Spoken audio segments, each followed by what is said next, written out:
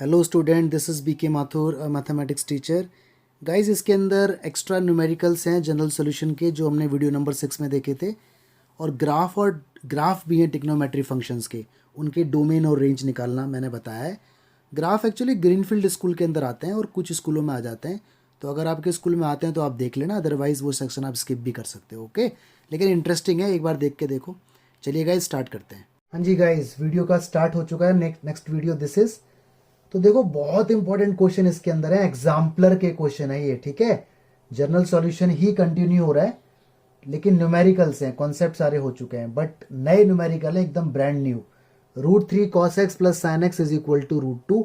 तो ये private school के लिए इंपॉर्टेंट है ज़्यादातर। तो देखो, इसके अंदर दिक्कत ये है कि ये क्वेश्चन पूरी तरह से कॉस के अंदर कन्वर्ट नहीं हो सकता, और ना ही पूरी तरह से साइन के अंदर कन्वर्ट हो सकता। और हमें ये बात मालूम है कि जनरल सॉल्यूशन जब तक या तो साइन साइन में ना आए, या कॉस कॉस में ना आए, या टेन टेन में ना आए, तब तक सॉल्व नहीं हो पाएगा। मतलब कंप्लीटली साइन में आना चाहिए, कंप्लीटली कॉस में आना चाहिए, कंप्लीटली टेन में आना चाहिए, ठीक है। तो देखिए, यहाँ पर अप्रोच लगाते हैं हम क्या। सबसे पहले जो ओरिजिनल इक्वेशन है, इसको एज इट इज लिख लो। तो ये हमने देखो लिख ली एज इट इज। ओके, बड़े ध्यान से सुनना है अप्रोच।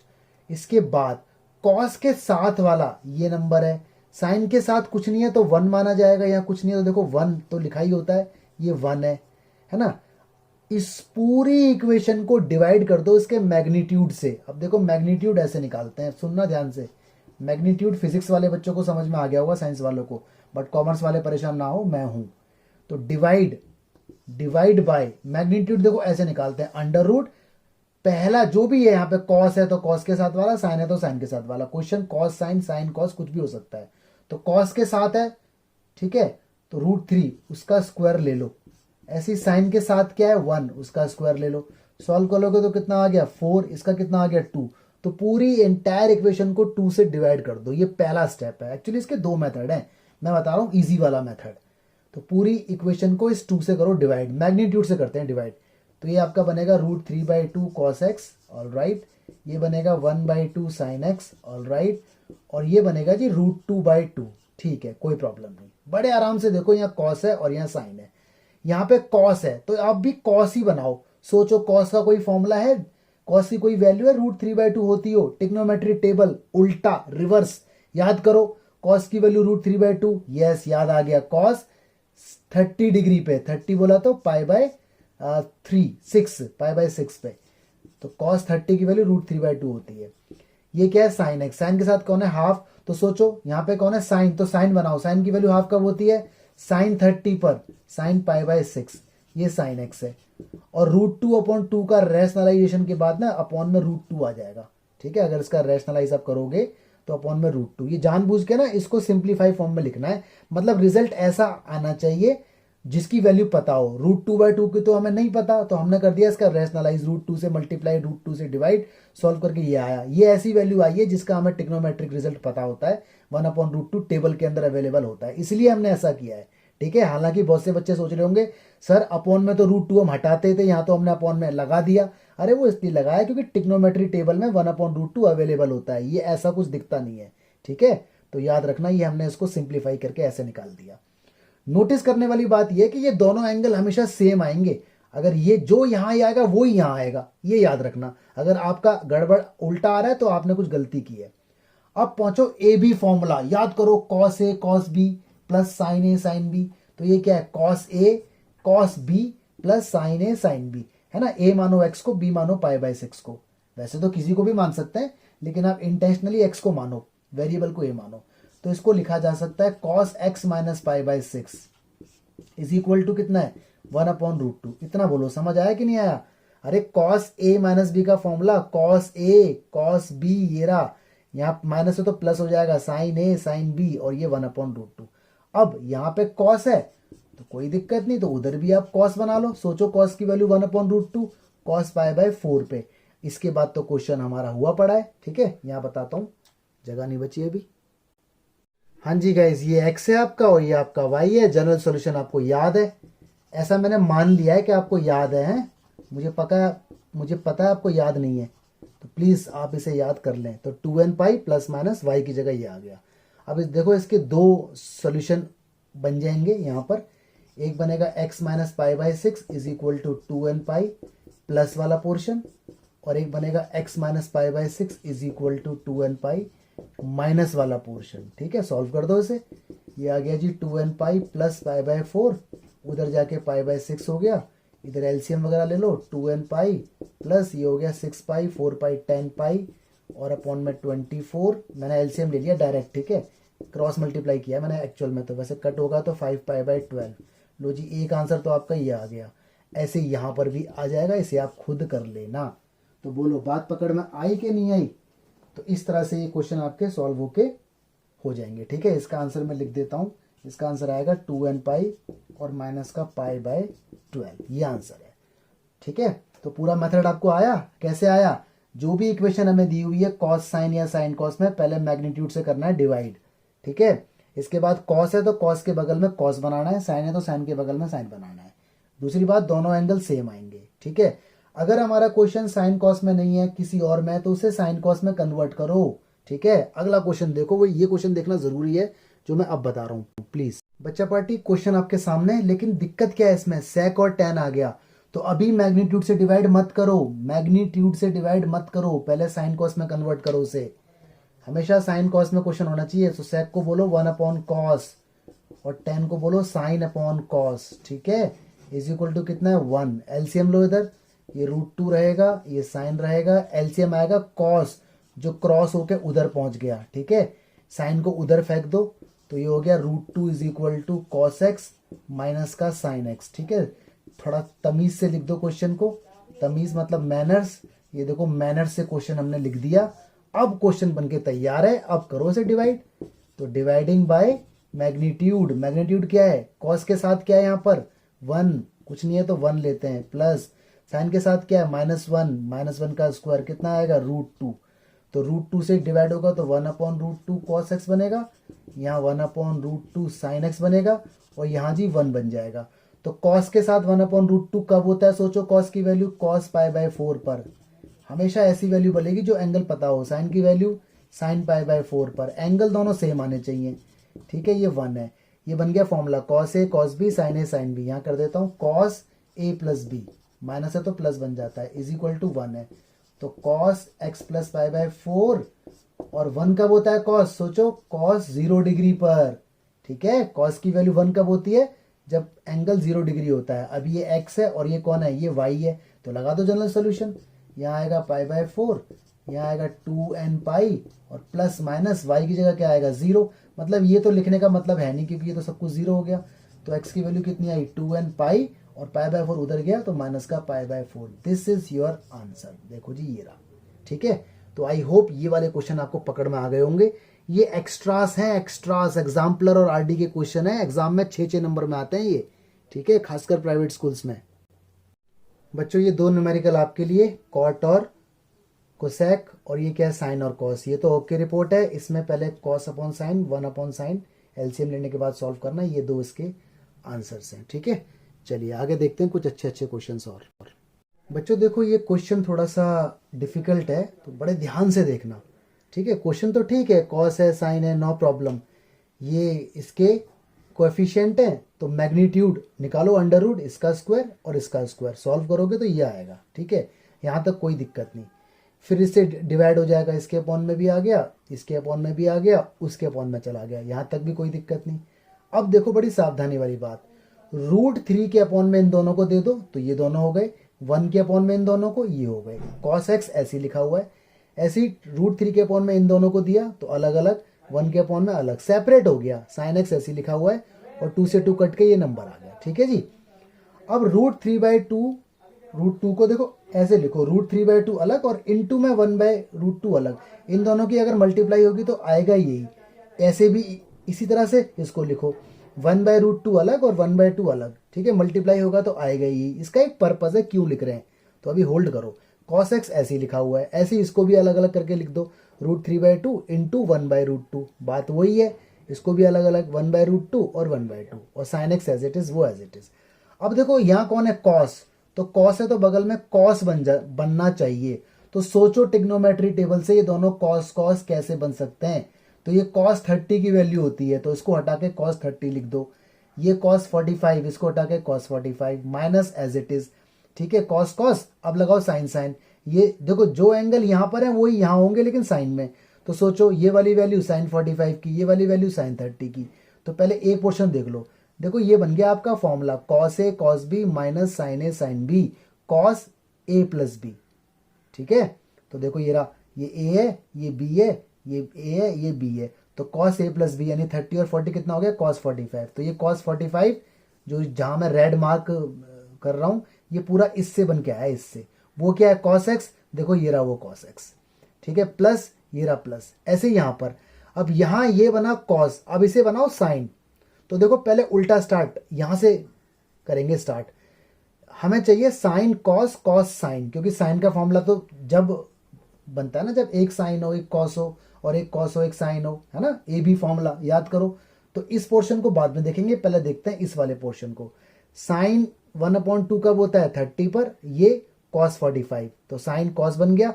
अब इसका उल्टा इन्हें देख के, तो ये क्या है कॉस 30 की वैल्यू √3/2 और ये साइन 45। तो देखो ये बन गया formula sine cos cos sign, यानी साइन a प्लस बी, ए इतना बी इतना, तो साइन 75 ये चीज यहां से बन के आई है पूरी, वो sine x as it is equal to में कितना है 1/√2, ठीक है।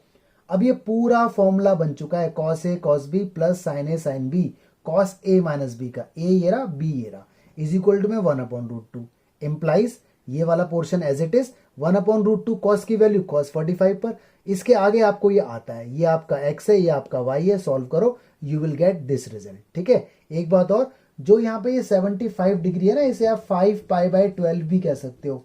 तो 75 डिग्री को अगर रेडियन में बदलोगे तो 5π/12 बदलना आपको आता है π/180 से मल्टीप्लाई करके।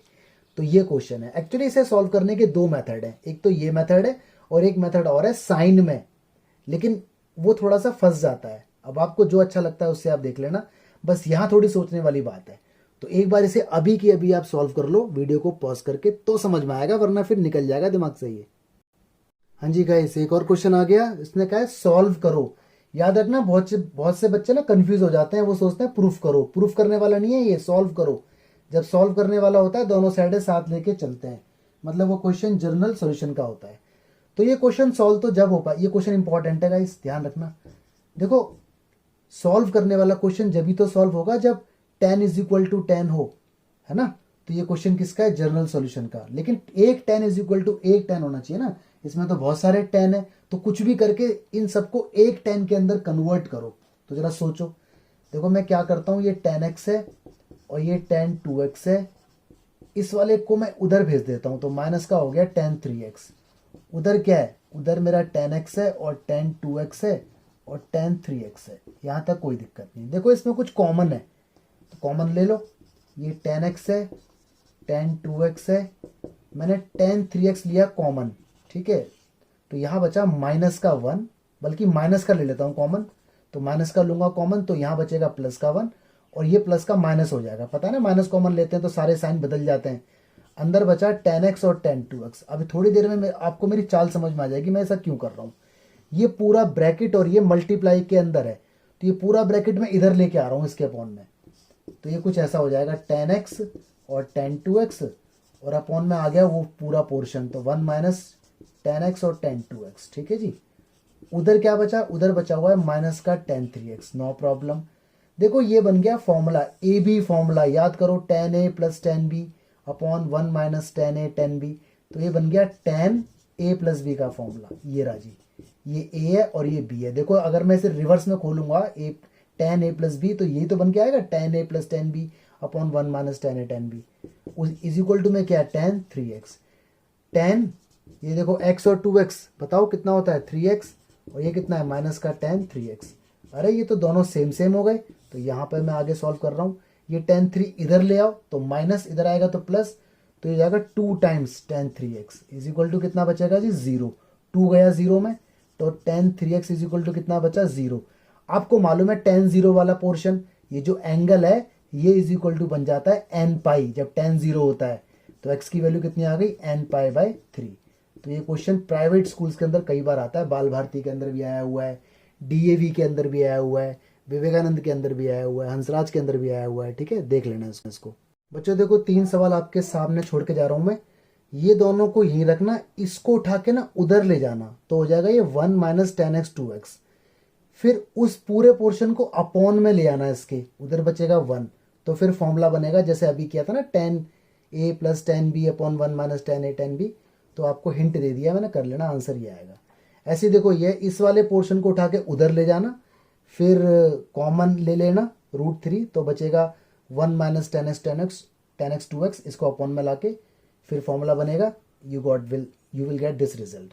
आगे देखो, इसमें थोड़ी सी ताकत लगानी पड़ेगी आपको। इसका फॉर्मूला पहले खोल दो, टेन ए प्लस बी का, tan A tan B upon 1 minus tan A tan B, इसका भी खोल देना। ठीक है, अब जहाँ जहाँ टेन पाई बाय 3 आएगा वहाँ वहाँ तो आपको मालूम है टेन 60 √3 होता है, और जहाँ टेन 2 पाई बाय 3 आएगा उसकी वैल्यू याद रखना, माइनस का √3 होता है। अगर आपको याद नहीं है तो आपको तोड़ना तो आता है ना, ब्रेक करना, ये ऐसे करके 10 2 पाई बाय 3 को ऐसे बोलते हैं pi plus pi by 3 upon, यहाँ देखो एन, अपॉन में 2 नहीं है तो 10 का 10 रहेगा, 10 पाई बाय 3।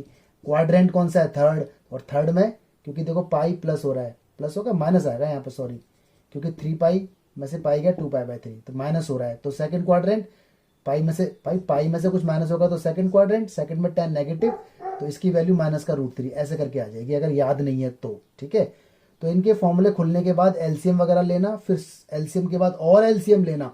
सारा एलसीएम लेने के बाद ना आपको ऐसी फॉर्म मिलेगी, देखो ऐसी फॉर्म, कुछ ऐसा मिलेगा, 3 tan theta minus ten cube theta 1 minus 3 tan square theta.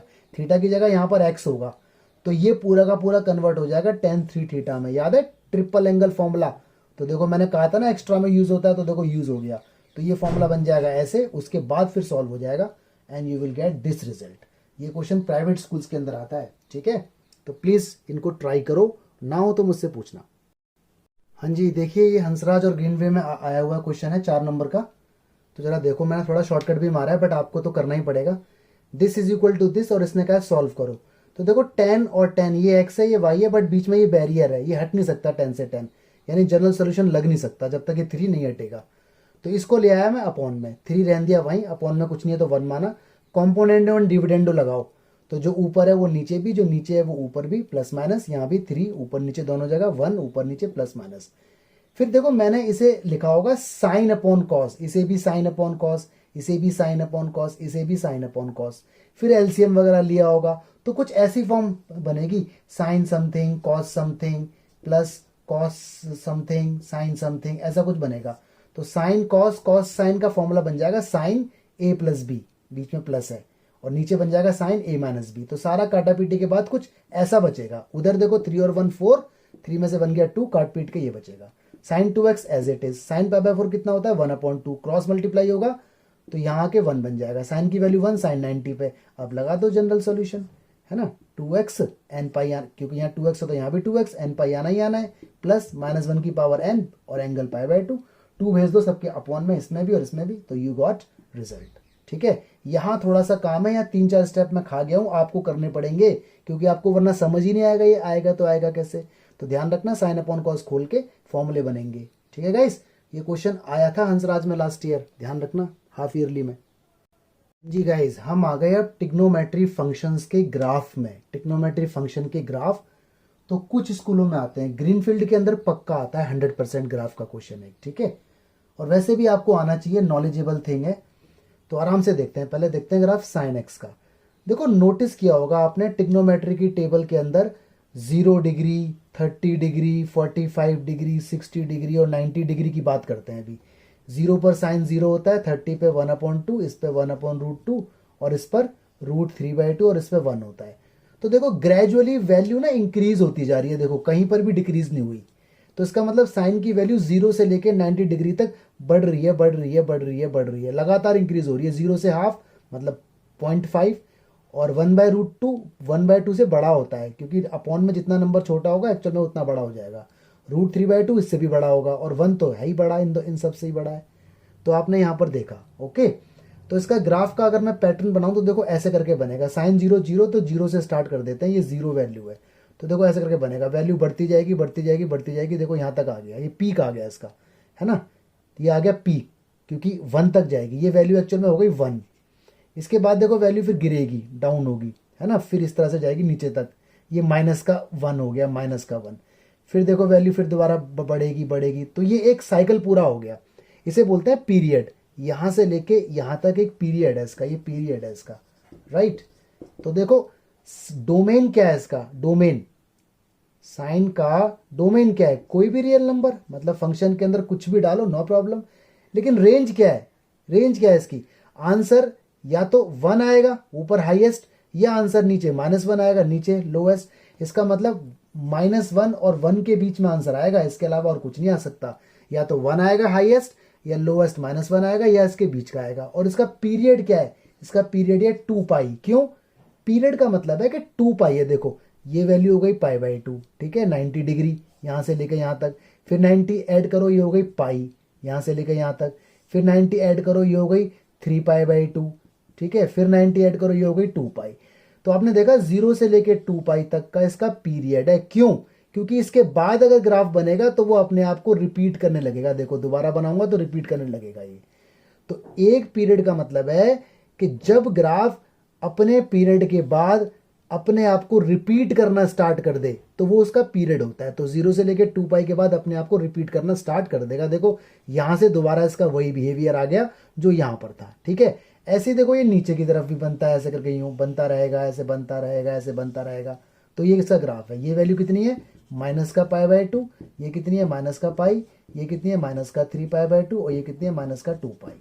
तो एग्जाम में आए तो आपको नेगेटिव पोर्शन भी दिखाना है बना के, पॉजिटिव बना के दिखाना है। डोमेन रियल नंबर, रेंज क्या है -1 से 1, क्योंकि 1 से ऊपर कभी जाएगा नहीं, -1 से नीचे कभी आएगा नहीं। और पीरियड क्या है इसका 2 पाई, ठीक है। अच्छा, अगर बच्चों मान लो तो आपसे पूछा जाए कि fx = sin 4x का बनाओ, तो अंदर कुछ भी हो कोई फर्क नहीं पड़ेगा, ग्राफ ऐसे ही रहेगा, ठीक है, अंदर से कोई फर्क नहीं पड़ता। लेकिन एक बात, अगर आपसे पूछा जाए कि ग्राफ बनाओ 7 sin x का, देखो sin x का ग्राफ तो हमने बना दिया, यही था, बाहर कौन है 7। तो खुद सोचो sin x की जो वैल्यू है वो -1 से 1 तक है, लेकिन अगर 7 से मल्टीप्लाई होगा, बाहर से कोई 7 आएगा तो वो इसको कर देगा -7 से 7, तो यहां आ जाएगा 7, यहां आ जाएगा -7। कुल मिला के बात यह है कि फंक्शन के बाहर अगर मल्टीपल है तो वो उसके आउटपुट पे फर्क डालेगा, जो नंबर बाहर है वो इसके अंदर मल्टीप्लाई हो जाएगा। लेकिन अगर एंगल में है तो कोई फर्क नहीं पड़ना, चाहे यहाँ पे 100x हो, sin 100x, नो इफेक्ट, तब भी रिजल्ट वही रहेगा। लेकिन बाहर अगर नंबर है तो वो फर्क डालेगा, ये 7 और ये -7 बन जाएगा, ठीक है।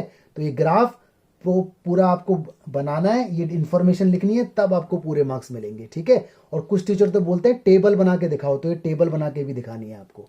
ओके गाइस, चलिए हाँ जी, अब देखते हैं ग्राफ cos x का। देखो इसका भी डोमेन रियल नंबर है, कुछ भी डाल सकते हैं। रेंज इसकी वही -1 से 1 तक आएगी आउटपुट, और पीरियड इसका भी 2 पाई है। अगर मैं ग्राफ बना के दिखाऊं तो इसका ग्राफ देखो ऐसे करके बनेगा। सोचो पहले आप डालो इसके अंदर 0, तो cos 0 1 होता है, अगर याद हो cos 0 कितना होता है 1, और cos 30 होता है √3/2, और cos 45 1/√2, और cos 60 1/2, cos 90 0। तो देखो cos क्या है, साइन का उल्टा, यानी रिवर्स हो रहा है ना, मतलब लगातार डिक्रीज हो रहा है। तो सोचो cos 0 की वैल्यू 1 है, तो 0 यहां से स्टार्ट है, ऊपर तो 1 है, नीचे -1 तक ही जाएगा, तो 1 से करो स्टार्ट। देखो ये इसका बिहेवियर है, ऐसा करके ये इसका बिहेवियर है, ऐसे, ये देखो ये बन गया पूरा इसका एक साइकिल। ये π/2, ये पाई हो गया, ये 3π/2 हो गया, और यहाँ पर हो गया ये 2 पाई। इसके बाद ही अपने आप को रिपीट करना स्टार्ट कर देगा। तो ग्राफ तो आगे तक जाता है इस तरह से, यहाँ पर भी देखो इस तरह से ये आएगा जाएगा आएगा जाएगा, ये -π/2, ये -3 पाई, -3π/2, -2 तो आप अपनी बुक के अंदर देखना, प्रॉपर तरीके से डायग्राम मिलेगा। ये इन्फॉर्मेशन जरूर लिखनी है। पीरियड का मतलब 2 पाई, मतलब 2 पाई के बाद अपने आप को ये रिपीट करना स्टार्ट कर देगा, ठीक है। चलिए आगे देखते हैं। हाँ जी, अब आ गया ग्राफ टेंजेंट का। टेंजेंट बोला तो 10x। इसका डोमेन कोई भी रियल नंबर होता है, लेकिन 2n + 1 π/2 को छोड़कर, n की वैल्यू कोई भी इंटीजर, n की वैल्यू कोई भी इंटीजर, यानी इस पर ये वैल्यू छोड़कर कुछ भी इसके अंदर डाल सकते हैं। ऐसा क्यों, याद करो 1090 इन्फिनिटी होता है, तो इन्फिनिटी तो डिफाइन नहीं है ना, तो n कुछ भी डालोगे तो ये π/2 की फॉर्म देगा, π/2, 3π/2, 9π/2, 7π/2। तो 10 की वैल्यू π/2 पे कितनी होगी, इनफाइनाइट, मतलब हमें मालूम ही नहीं है कि आउटपुट क्या है, तो उसको छोड़कर कुछ भी डाल दो। रेंज कुछ भी आ सकती है। इसका पीरियड 2 पाई है, मतलब सॉरी पाई है, पाई के बाद अपने आप को रिपीट करता है। अब जरा ग्राफ देखना इसका, देखो जीरो से स्टार्ट हम करते हैं क्योंकि टेन जीरो जीरो होता है।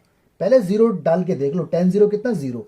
मैंने डाला जीरो तो आया टेन जीरो। देखो ग्राफ इसका ऐसे बनेगा, ऐसे बनेगा, बनेगा, जाएगा जाएगा जाएगा जाएगा, और बिल्कुल धीरे धीरे धीरे इसके साथ साथ चलता रहेगा, लेकिन कभी भी इस डॉट लाइन से टच नहीं होगा।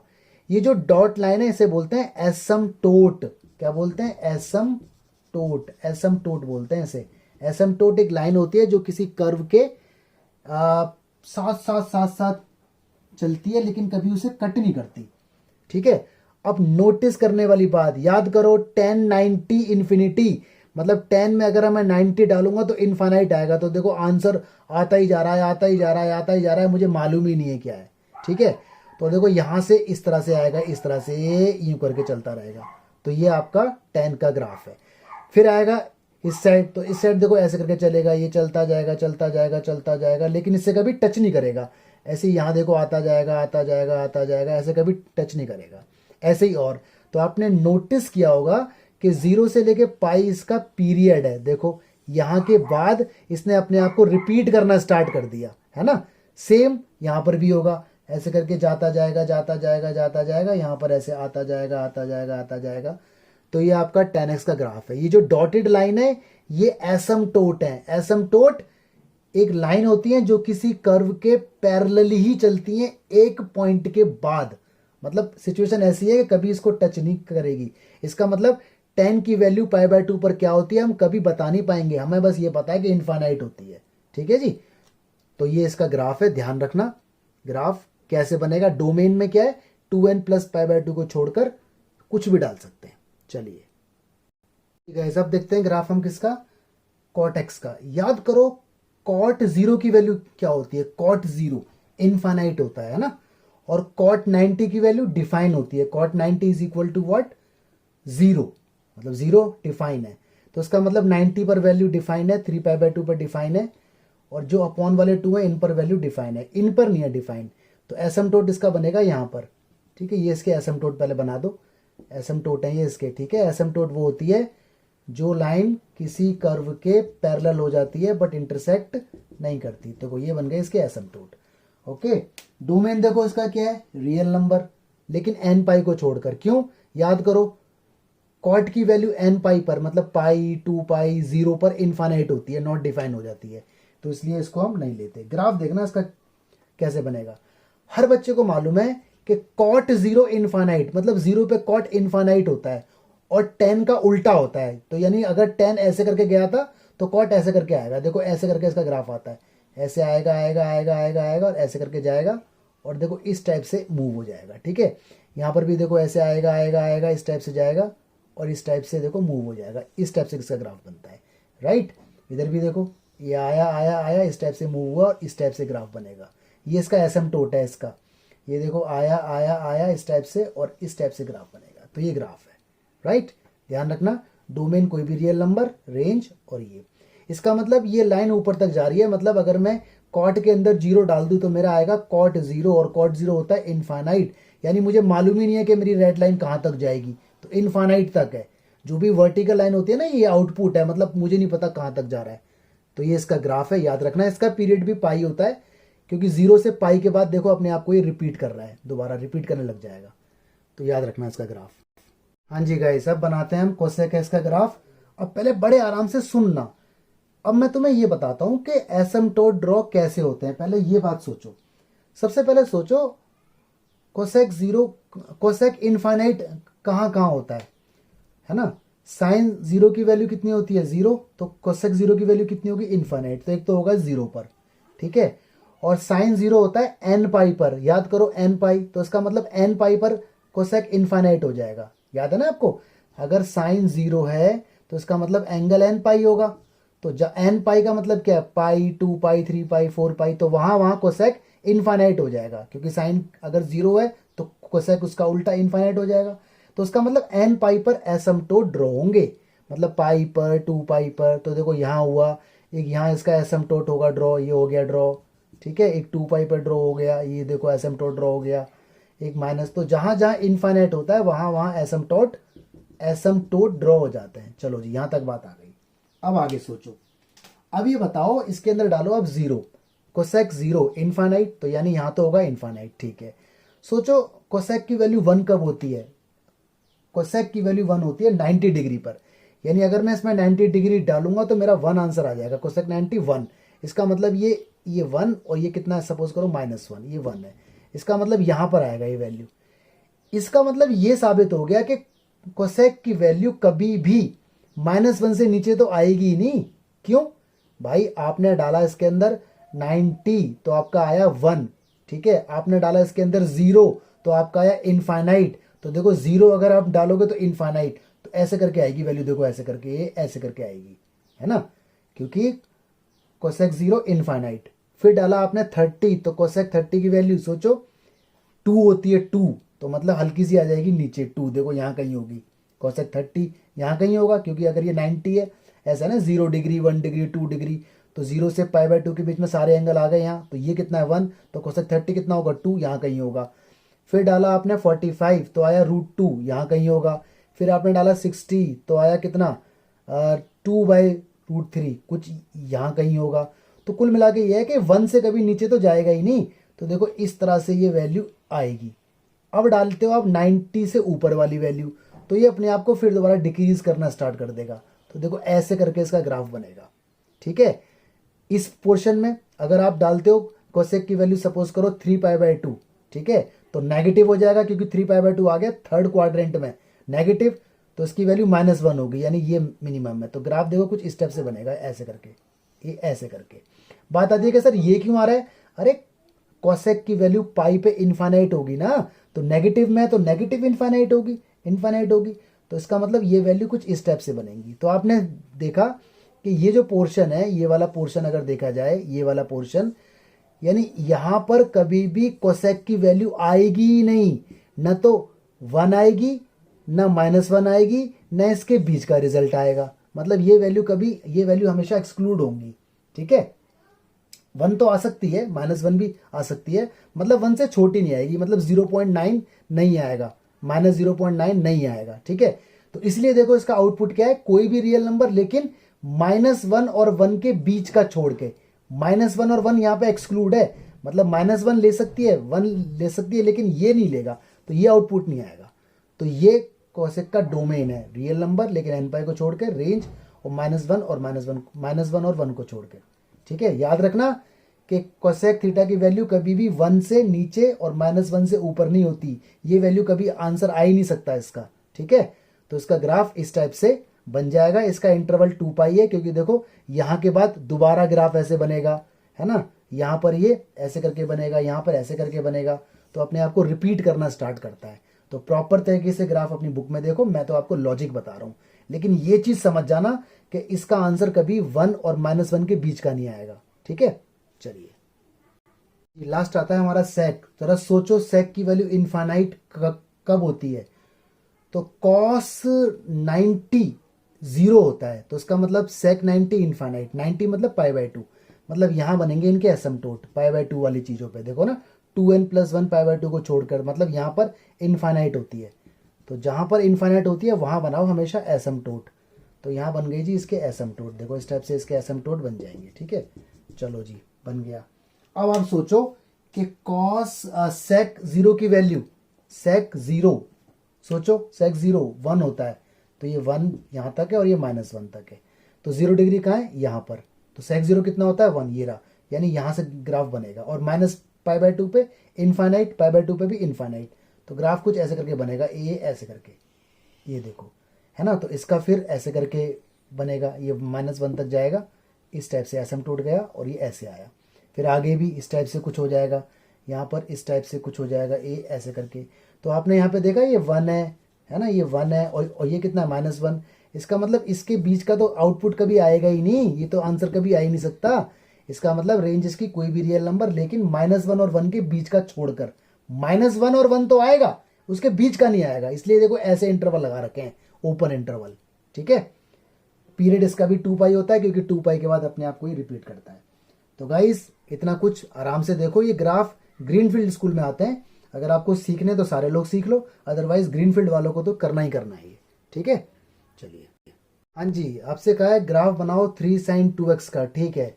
तो पहले लिखो डोमेन, डोमेन तो उसका भाई रियल नंबर है, इसका डोमेन रियल नंबर। अब निकालते हैं रेंज। तो रेंज के लिए पहले उठाओ इतने पोर्शन को। आपको मालूम है कि साइन 2 थीटा अंदर कुछ भी हो, साइन एंगल -1 और 1 के बीच में होता है, इसके अलावा और कुछ नहीं हो सकता। आगे 3 है तो 3 लगाओ, हर तरफ लगाओ। तो लगाया मैंने 3, ऐसा क्वेश्चन मैं स्टार्टिंग में बता चुका था आपको, लगाया 3। तो ये बन गया देखो fx, मतलब y बन गया है, ये एक्चुअली y की वैल्यू है। तो हमारी रेंज जो आई वो ये आ गई क्या, -3 से 3। ठीक है, अब बनाएंगे ग्राफ। तो ग्राफ बना के दिखाता हूँ आपको। यानी ये मुझे मालूम है कि ऊपर जाएगा 3 तक और नीचे जाएगा -3 तक, क्योंकि आगे 3 है। आगे जो वैल्यू होती है वो रेंज के अंदर फर्क डालती है, अंदर से कोई मतलब नहीं। बाकी तो वही 0 से स्टार्ट होगा। देखो ऐसा करके ग्राफ बनेगा, ये बन गया ग्राफ। ठीक है, यहाँ पर ऐसे करके ग्राफ बनेगा। ठीक है, कुछ टीचर बोलते हैं कि टेबल बना के दिखाओ, तो टेबल के अंदर वैल्यू डालते रहना, टेबल बन जाएगी। ठीक है गाइस, तो मेरा मकसद ये था आपको रेंज बताना। चलिए देखो गाइस, इसके अंदर जैसे जैसे सर्कल एंटी क्लॉकवाइज घूम रहा है, जैसे जैसे एंगल एंटी क्लॉकवाइज जा रहा है, देखो वैसे वैसे साइन का ग्राफ बढ़ता जा रहा है 0 से लेके 90 तक बस, है ना। और 90 के बाद देखो एंगल फिर एंटी क्लॉकवाइज मूव हो रहा है, लेकिन साइनस का ग्राफ डिक्रीज हो रहा है। इसका मतलब 0 से लेके 90 तक साइन इंक्रीज होता है और 90 से लेके फिर 180 तक साइन डिक्रीज होता है। तो यही बिहेवियर आपको बताएगा साइनस का ग्राफ कैसे बनता है। देखो आपके सामने साइनस का ग्राफ, कॉस का ग्राफ एक साथ बना हुआ है। देखो 0 से लेके π/2 तक साइन इंक्रीज हो रहा है, लेकिन कॉस डिक्रीज हो रहा है। तो इसलिए देखो साइन और कॉस का ग्राफ एक दूसरे का उल्टा है, मतलब जब साइन इंक्रीज होता है तो कॉस डिक्रीज होता है। तो कोई अगर आपसे पूछे कि 0 से लेके π/2 साइन अगर इंक्रीज है तो कॉस कैसा होगा, डिक्रीज। तो ये ध्यान रखना। ठीक है, तो यहाँ देखो ग्राफ मैंने साफ तरीके से बनाया हुआ है। देखो गाइस, 10s का ग्राफ आ गया आपके सामने। तो देखो 0 से लेके π/2 तक इनफाइनाइट तक जा रहा है ना। तो ये एसिम्पटोट दिख रहे हैं आपको छोटे छोटे। तो ये क्लियर कट ग्राफ मैंने आपके लिए बनाया है, देख लेना एक बार इसे। और ये है कॉट का ग्राफ। अगर आप ध्यान से देखो तो tan का उल्टा ही तो है, मतलब tan का जो बिहेवियर है कॉट का उसका उल्टा है। तो वो तो होता ही है, क्योंकि tan अगर 0 से लेकर 90 तक इंक्रीज हो रहा है तो कॉट डिक्रीज होता है, जैसे साइन और कॉस का बिहेवियर होता है। ये ग्राफ है आपके लिए कोसेक एक्स का। ठीक है, तो ध्यान से देख लो एक बार, बनाने की टेक्निक मैं आपको बता चुका हूँ। और ये ग्राफ है आपके लिए सेक एक्स का। ठीक है, और ध्यान रखना कोसेक और सेक का जो आउटपुट है वो -1 और 1 के बीच में नहीं होता है। ग्राफ में देखो आउटपुट वाली लाइन है ही नहीं। ठीक है, ध्यान रखना इसको।